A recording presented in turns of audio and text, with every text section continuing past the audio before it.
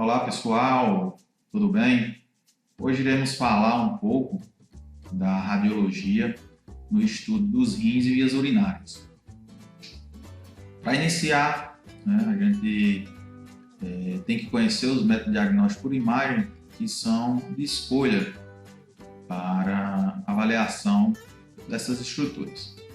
O primeiro exame mais comum é a radiografia simples do abdômen. Radiografia simples não é muito satisfatória, mas dá para a gente ter alguma noção, desde algum cálculo, alguma obstrução, certo? É um exame também muito solicitado pelos urologistas, é a urografia excretora, que é uma radiografia com contraste. Tá? Ela vai avaliar as estruturas renais, principalmente a filtração e a excreção do contraste, para ver se existe algum tipo de obstrução, malformação ou doenças do rim e das vias urinárias.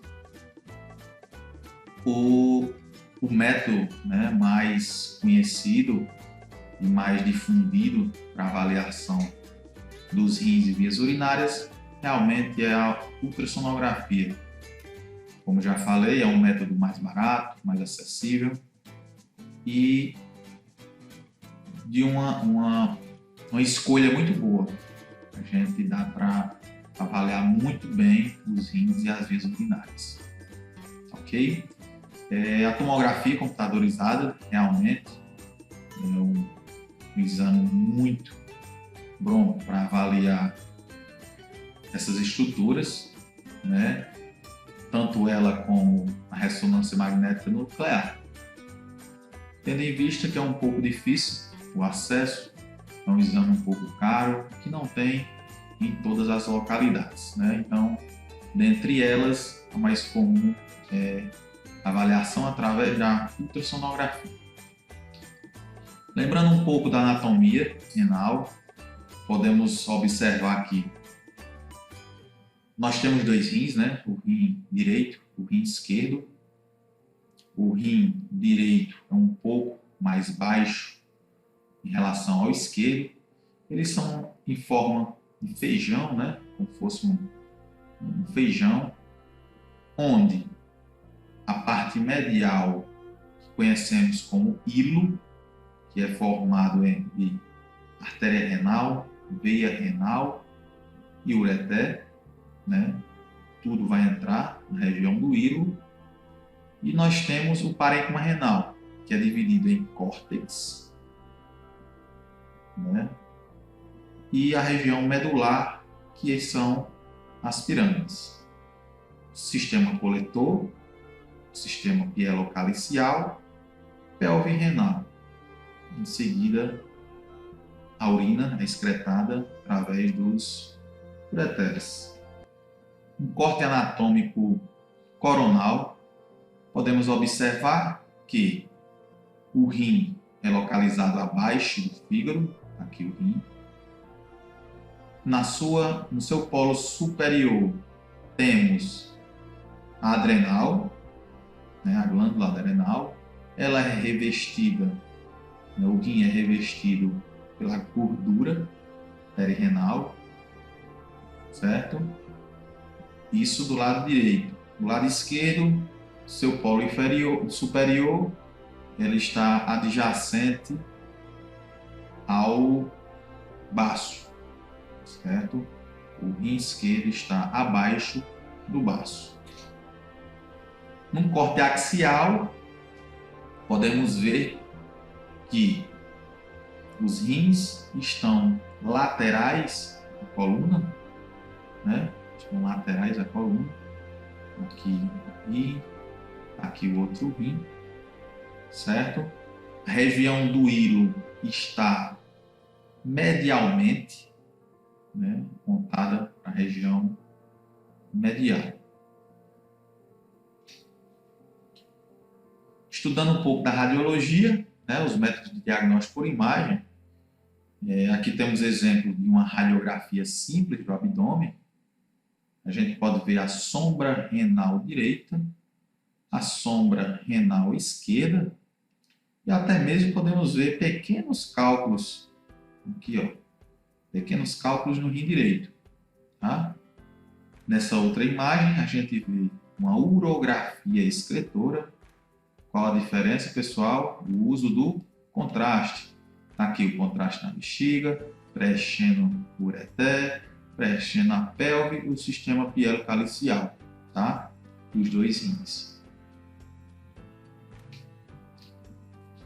No estudo da ultrassonografia, né, a gente vê uma imagem ovalada, adjacente ao fígado, a ecogenicidade do parênquima próximo do fígado e a região do sistema coletor, sistema pielocalicial, um pouco mais ecogênico.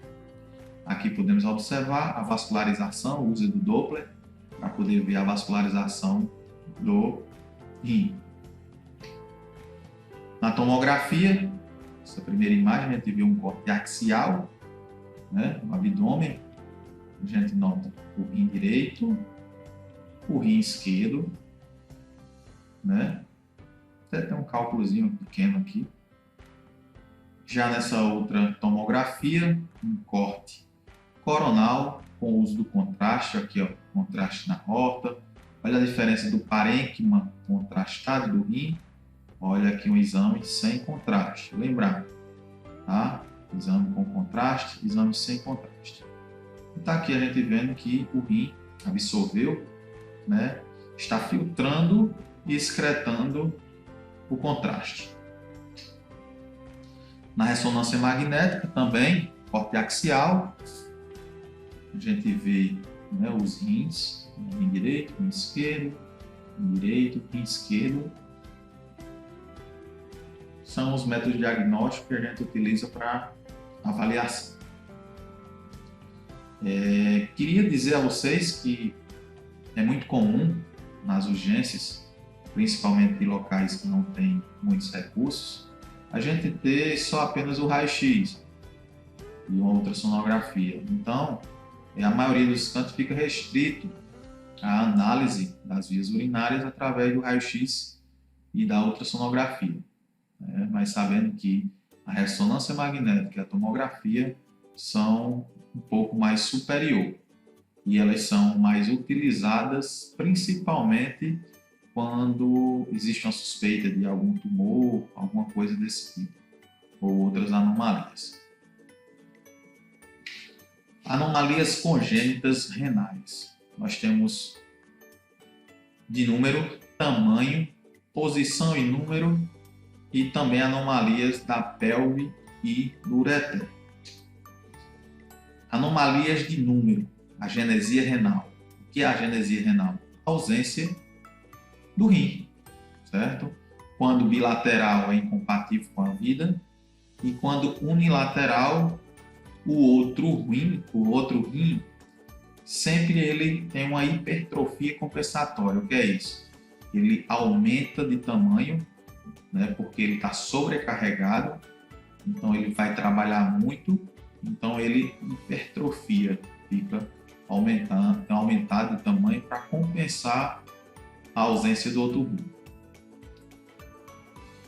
Aqui a gente vê uma tomografia, corte axial, tomografia, corte coronal, certo?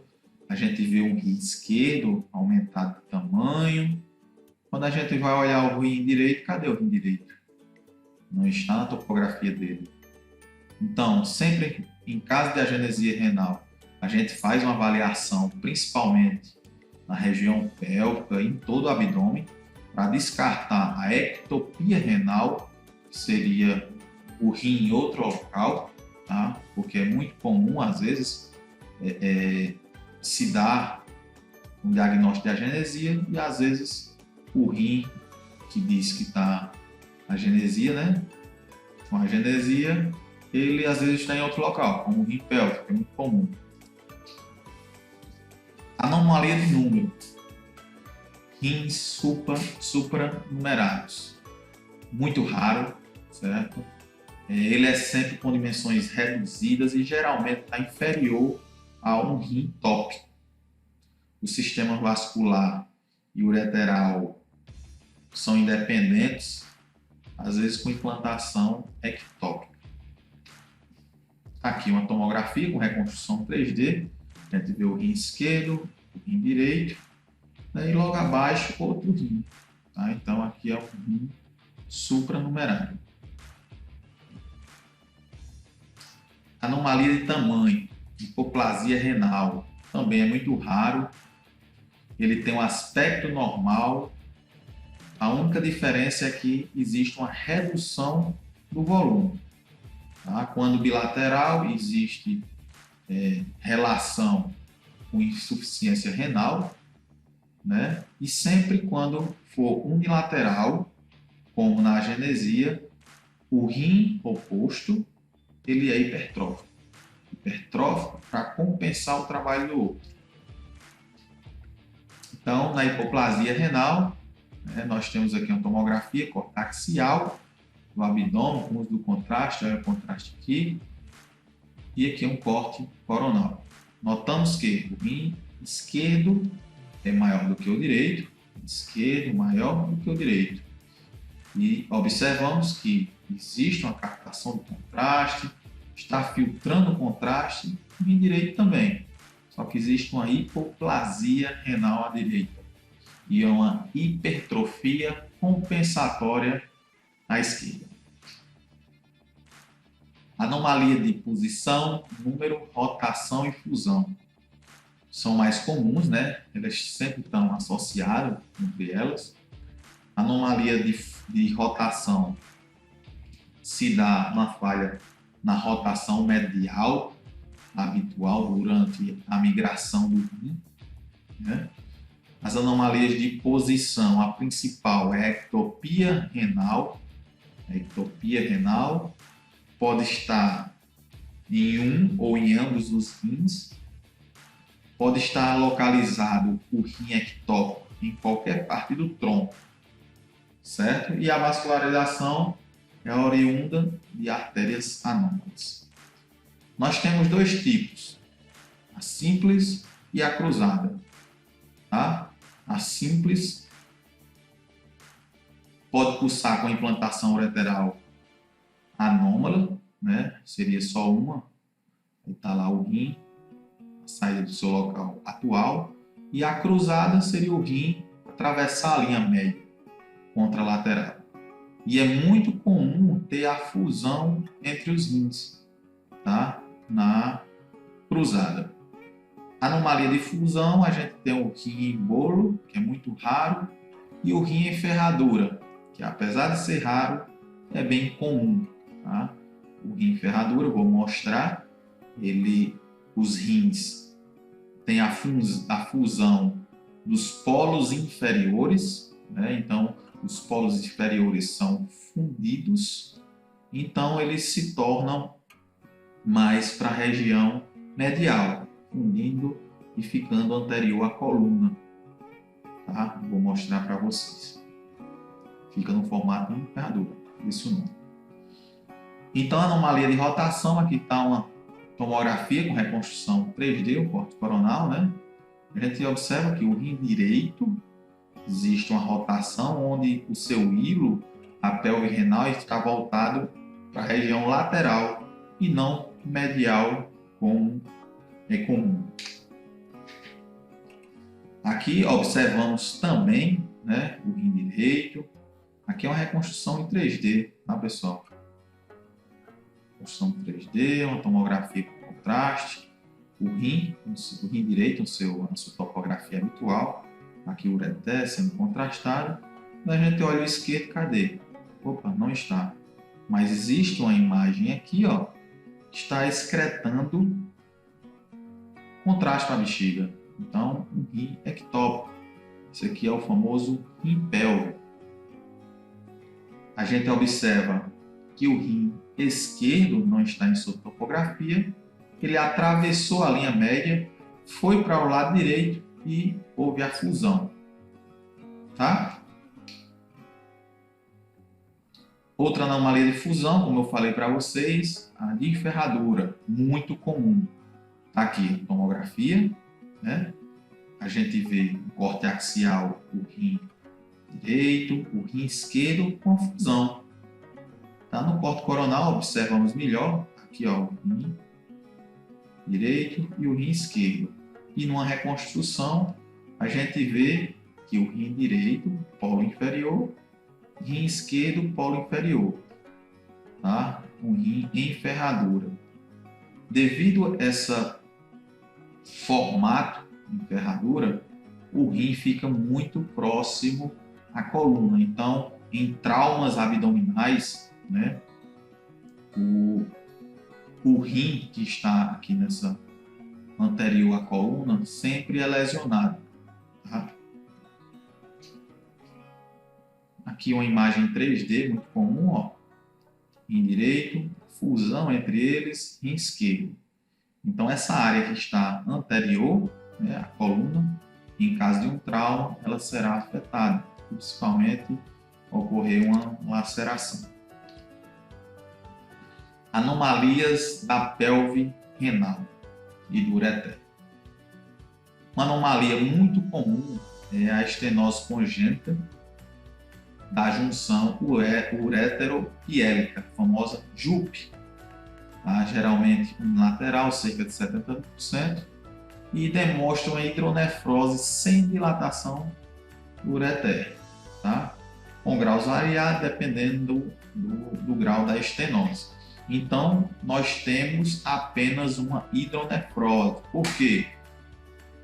Aonde tem a pelve renal, a junção da pelve renal com o ureter, né, que seria proximal, está com estenose, está afilado. Então, a urina não vai passar 100% e vai acumular no sistema pielocalicial, produzindo a hidronefrose. Aqui, né, 3 imagens, de uma reconstrução 3D. A gente vê o rim direito, tudo ok, o sistema tudo certinho. Aqui o rim esquerdo dilatado, pelve renal toda dilatada. Você vê que o ureter não está dilatado. Então existe uma estenose, uma obstrução a nível proximal, na JUP. Tá? Aqui no exame contrastado, a gente vê o contraste aqui na pelve renal. Ok? Nessa urografia excretora, a gente observa também uma hidronefrose sem dilatação do ureter distal, né? Do ureter completo. Como se dizendo, é só uma dilatação do sistema pielocalicial. O megaureter congênito, né, se dá uma obstrução a nível de junção uretero-vesical, já é na junção entre a bexiga e o ureter distal, né? Então, é muito comum em neonato, a gente vai ter uma hidronefrose junto com a dilatação do ureter. Podemos observar nessa imagem aqui, tá? Nessa urografia escritora, a gente vê o rim direito, né, o sistema pielocalicial sendo contrastado. Quando você vê o esquerdo, ó, ele vai estar com a hidronefrose gigante, e aqui o ureter todo tortuoso, dilatado, tá? Até a bexiga. Então a obstrução vai estar aqui, tá? Na junção distal do ureter com a bexiga. Duplicação do sistema coletor, certo? A gente tem 2 tipos, pode ser parcial ou completa, mais comum completa. Bilateral em cerca de 20%, né? Mais comum unilateral. A dilatação pode ocorrer a dilatação da unidade superior do rim, com ou sem dilatação ureteral. Vou explicar a vocês por quê.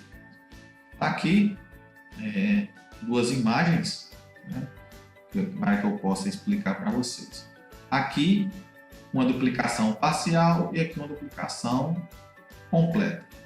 Na duplicação parcial, nós temos 2 sistemas coletores, né? Ó, saindo no ureter, polo superior saindo outro ureter. Sempre lembrar que o do polo superior ele é um pouco que anormal, como se diz, né? Quando é parcial, ele não tem tanto problemas clínicos, né? Porque no meio do trajeto se une e ele vem implantar na bexiga. O problema maior é o total, completo, tá? O que acontece? O polo inferior, que seria o sistema inferior, ele vai estar aqui, ó, o ureter implanta no ósteo. Tá aqui o ósteo, tudo certinho. Já o sistema coletor do polo superior, ele vai vir e vai implantar em um local ectópico, tá? Ele não tem ósteo. Então, se ele não tem ósteo, ele não tem a válvula. Essa válvula no ósteo, ele segura, né, evita o refluxo da urina, principalmente quando a bexiga está cheia.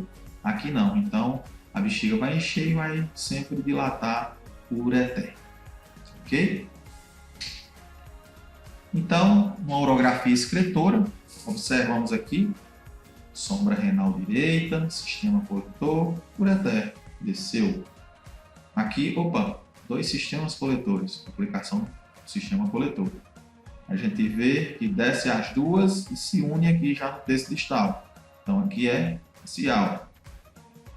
No caso aqui, ó, esquerda sombra, contraste descendo, sombra ureter, a bexiga. Aqui dois sistemas coletores, dois ureteres, vão até o final. Então, completo. Mais exemplos, tomografias, reconstruções em tomografia. Em direito, tudo ok. Em esquerdo, com dois sistemas coletores. Tá? Ao descer, eles vão fazer a união aqui nesse segmento. Aqui observamos, ó, desce um e desce outro. E faz a implantação completa. Aqui já é parcial, ó. No meio do trajeto, ele vem e funde. Se funde e se transforma em apenas um ureter. Nefropatias parenquimatosas. A ultrassom, né, é um método excelente para avaliar realmente o parênquima renal. Tá? Tem um papel muito importante para a gente ver a ecogenicidade do parênquima, saber se existem sinais de cronicidade ou não, sinais obstrutivos e outras patologias. Às vezes, no início do estágio de nefropatia, o rim na ultrassom tem aspecto normal. Então, o paciente está com ureia, creatinina, uma insuficiência renal aguda, né? Você manda para ultrassom, o exame às vezes é normal. Tá? Na insuficiência renal aguda, a gente vê um rim que tem o parênquima, como eu mostrei, próximo ao do fígado, tá aqui o fígado, né? Fígado, e ele tem um aumento da ecogenicidade do parênquima. Isso aqui é o primeiro sinal de uma insuficiência renal aguda na ultrassonografia. A insuficiência renal crônica, né? Geralmente o rim tem dimensões reduzidas. Na ultrassonografia aumenta a ecogenicidade mais ainda. E outra característica importante, afilamento do parênquima. Isso é um sinal de que esse paciente está com insuficiência renal faz tempo.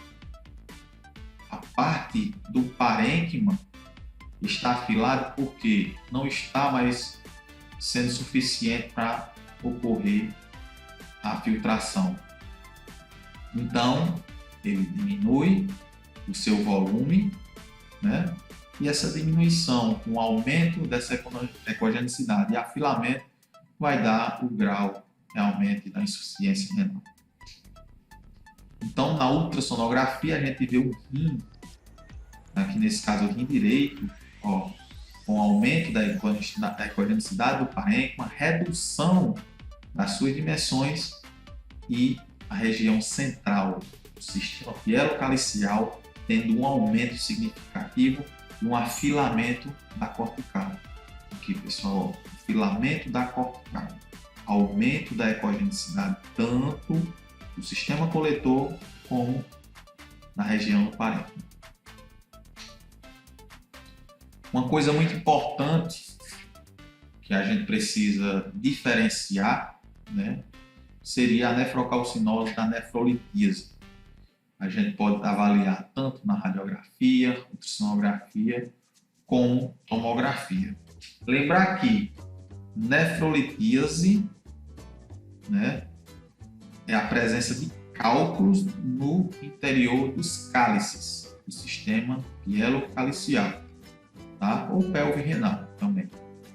A nefrocalcinose é um depósito de sais, então são cristais, coisas muito pequenas, no parênquima renal, em decorrência de alterações de doenças sistêmicas, tá? Então, na imagem, a gente vê aqui um raio-x do abdômen. Quando a gente observa, ó, uma imagem aqui, ó, na sombra renal esquerda, radiopaca, tá? O desenho simplesmente do sistema coletor. A gente costuma dizer e chamar isso de cálculo coraliforme. Ele parece um coral, ele preenche todo o sistema coletor. Um corte coronal, a gente vê aqui, ó, no rim esquerdo, essa imagem de aspecto coraliforme. Branco é o que? Densidades altas, né? Cálcio, isso é pedra. Ok? Cálculo. Aqui também no corte sagital. Observamos aqui também, ó, outra imagem.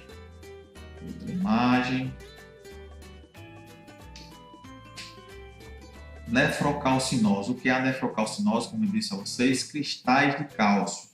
Pode estar na periferia, que seria na cortical do rim, ou pode estar nas pirâmides, que seria na medular do rim. Tá? Na ultrassonografia, a gente vê uma imagem hiperecogênica com sombra acústica posterior, arredondada, ovalada, né? Muito comum a gente visualizar na ultrassonografia. No raio-x simples, ó, a gente vê uma imagem radiopaca aqui o rim esquerdo, essa imagem. O que pode ser? Cálculo no ureter, né? Obstruindo, ele desceu, tá? No terço médio do ureter esquerdo. Já essa outra imagem, uma imagem meio que coraliforme. Olha o rim esquerdo aqui, ó. Isso aqui é o cálculo coraliforme. Olha aqui, já formando, também preenchendo os cálices no rim esquerdo. Já quase um cálculo coraliforme, que é realmente um coraliforme. A hidronefrose também é muito comum, né? A gente avaliar e dar diagnóstico de hidronefrose. Existem duas causas, a causa aguda e a causa crônica. A hidronefrose aguda, a etiologia mais comum é a litíase, né? É o cálculo que desce e obstrui, né? Obstrui na passagem da urina, irá ter acúmulo da urina, tendo esse acúmulo, irá ter a hidronefrose.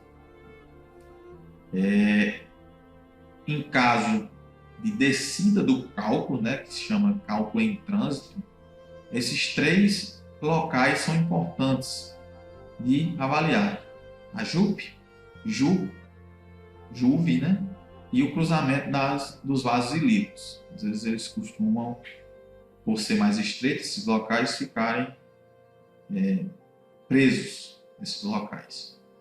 A ultrassom, só para lembrar, a gente consegue ver o rim, o sistema coletor e o terço proximal do ureter, junto com a JUP, tá? E também a bexiga, o terço distal do ureter e a juva. O terço médio, que seria o cruzamento dos vasos ilíacos, a gente não consegue visualizar. Então, é mais comumente avaliado através de tomografia. A hidronefrose crônica, a gente vai ter outros fatores que devem ser pesquisados. A urolitíase, que é o cálculo, né, em trânsito. A estenose ureteral, a fibrose periureteral, tumores anomalias congênitas e outras patologias e disfunções da bexiga. Uma ultrassonografia, a gente vê o parênquima, renal, o rim e o sistema coletor dilatado com conteúdo anecoico no seu interior. Então, existe uma obstrução no ureter, né, que está acumulando a urina no sistema coletor, sistema pericalicial. Aqui também podemos observar o rim esquerdo, tamanho aumentado, a dilatação. Quando vem aqui no terço médio, existe uma imagem hiperatenuante, um cálculo que está obstruindo, aqui no terço médio. Na reconstrução, a gente vê que existe uma excreção que está sendo obstruída aqui no terço médio. Então, tem um cálculo obstruindo. Tumores renais. Tumores renais é a malignidade renal primária mais comum no adulto, né? Mais comum no homem do que na mulher, pode estar associada ao fumo. Quadro clínico. O paciente vem com queixa de hematúria, perda de peso ou distensão abdominal. Tá?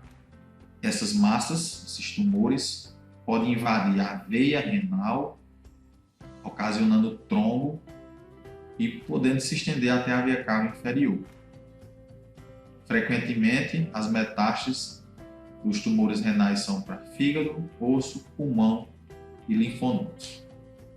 A tomografia é um excelente método para avaliar, né, junto com a ressonância magnética, sempre com o uso do contraste para ser melhor visualizado esses tumores. A ultrassom a gente pode avaliar, mas sempre a gente pede um complemento na tomografia ou ressonância magnética nuclear com contraste. Lembrar disso, tá?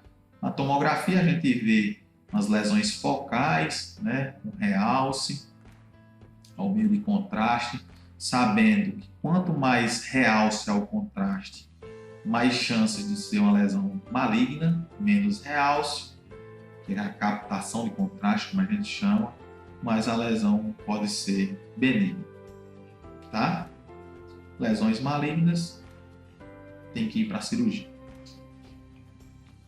Aqui a gente vê uma tomografia, um corte axial do abdômen com contraste, ou a aorta com contraste, rim esquerdo, rim direito, e a gente vê uma massa, uma imagem nodular aqui, né, sendo com bastante captação de contraste. Então, imagem muito suspeita de um tumor maligno. Outra tomografia, rim direito, aqui, olha só, o rim esquerdo aumentar de tamanho, uma lesão heterogênea, com captação de contraste, áreas de líquido, né? Áreas císticas de permeio, que seria a necrose, e a gente vê invasão da artéria, veia renal. Outra tomografia, um rim gigante, uma massa ocupando todo o rim, uma massa heterogênea com áreas, né, císticas de permeio, uma captação de contraste, isso aqui com certeza um tumor maligno. Na ultrassonografia a gente vê o rim, aqui uma imagem arredondada. Nós se deparamos muito com a classificação de Wozniak, tá? Então é bom lembrar a classificação de Wozniak para vocês. Classificação de Wozniak é uma classificação de lesões císticas, lembrar disso. Lesões císticas, não é do tumor em si a massa, são lesões císticas que têm características de malignidade, tá? De acordo com o grau, mais risco de malignidade se tem. Então a classificação de Wozniak, ela vai do Wozniak 1 ao Wozniak 4, tá? Eu vou dizer as características e mostrar para vocês. Essa classificação é utilizada na tomografia e hoje em dia é um pouco utilizada também na ultrassonografia. O Wozniak 1 são lesões císticas de paredes finas, sem septos, sem calcificações e sem realces ao contraste. Contém menor do que 25% da margem do rim. Então são lesões císticas simples, pequenas, ok? Wozniak 2 já tem septos finos, já tem calcificações, pode ter cistos densos, um risco de malignidade de 14%. Wozniak 3, as calcificações dos septos são mais espessos, já tem um discreto realce ao contraste, principalmente periférico. Então, o 1 e o 2 não tem realce ao contraste, o 3 e o 4 realce ao contraste. Então, o risco de malignidade aumenta, vai de 25% a 59%. Wozniak 4, realce da lesão, já tem lesão, tá? Existem septações, calcificações espessas. Então, o risco de malignidade é de 95%. Então, vamos lá. Aqui uma imagem de tomografia de um cisto renal, cisto simples. Aqui, paredes finas, praticamente invisíveis, não tem calcificações, né? Não tem realce ao contraste, conteúdo líquido no seu interior. Cisto benigno, cisto simples, categoria 1. Categoria 2, como a gente já falou, o que acontece?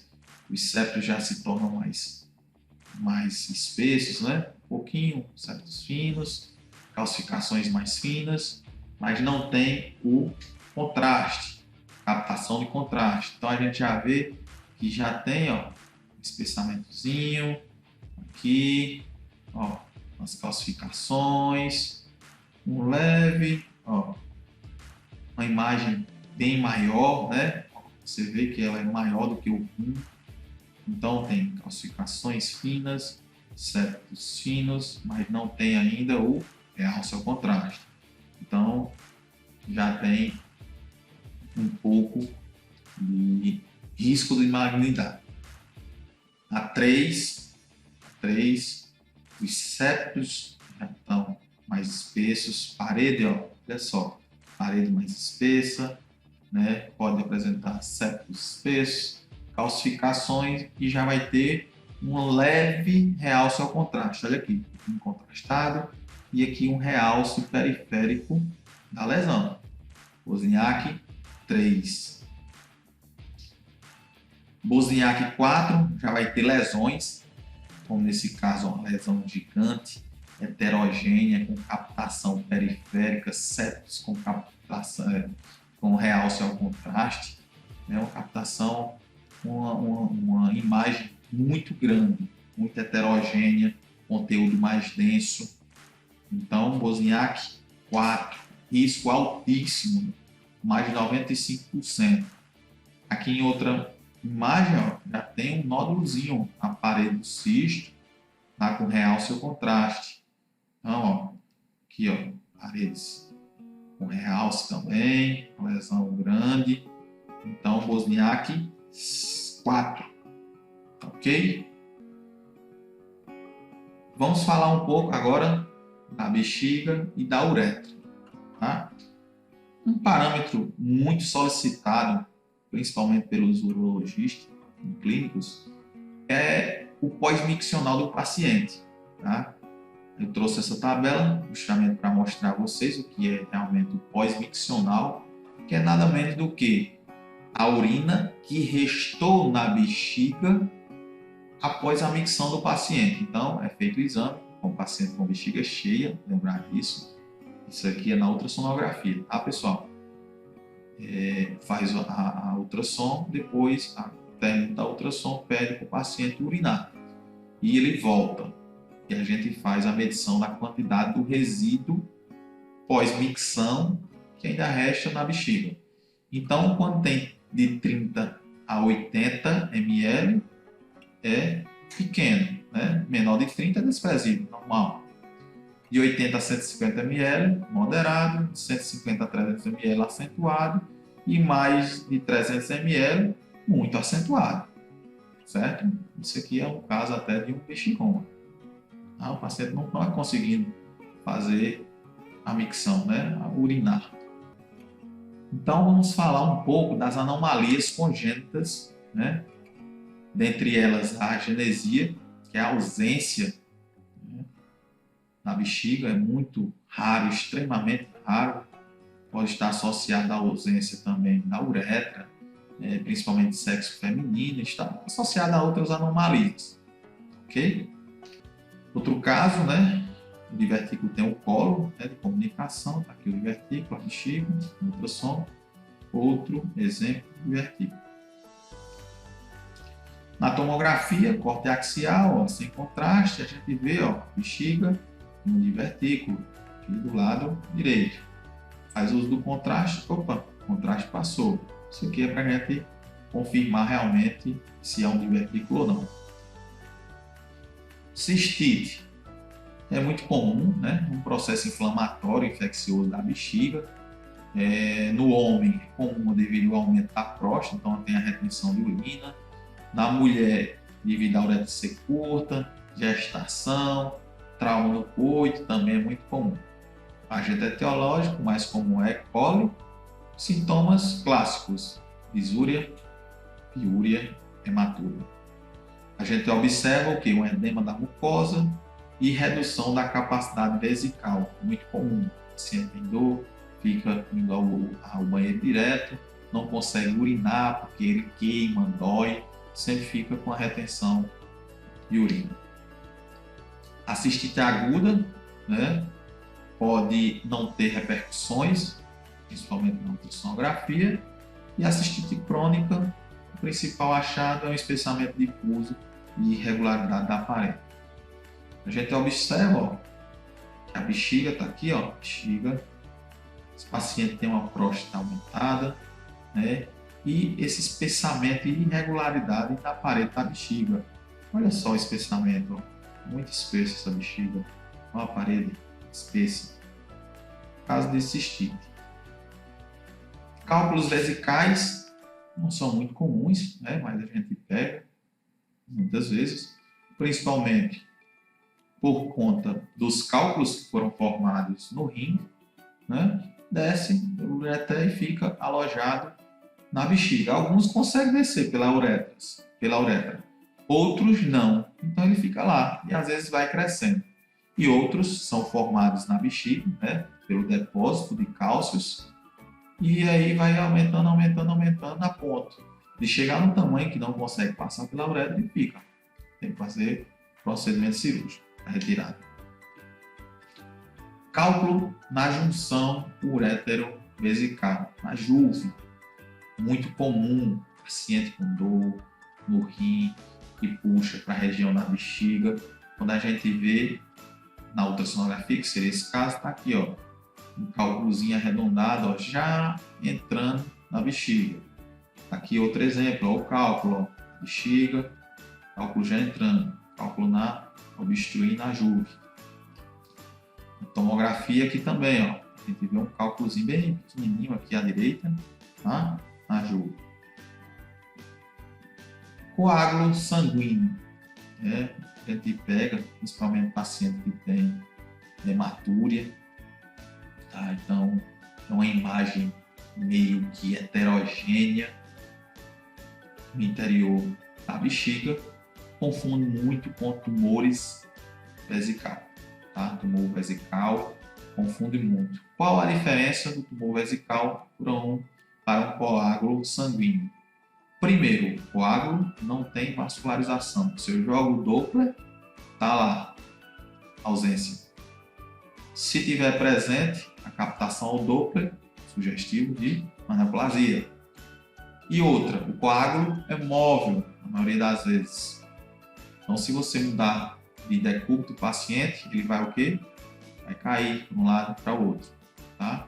Já o tumor, não, ele é fixado na parede.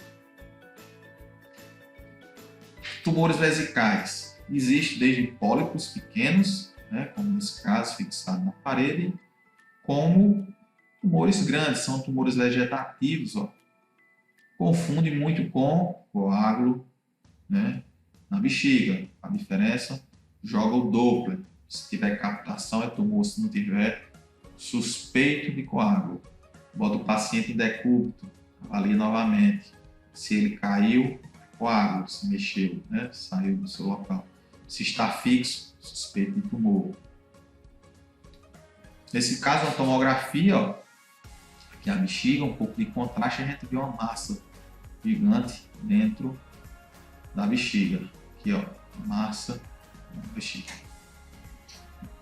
Então é isso aí, pessoal. Então a gente termina, tá, o nosso conteúdo de rins e vias urinárias. Espero que vocês tenham gostado, tá? E ficamos aqui até a próxima aula. Um abraço e obrigado.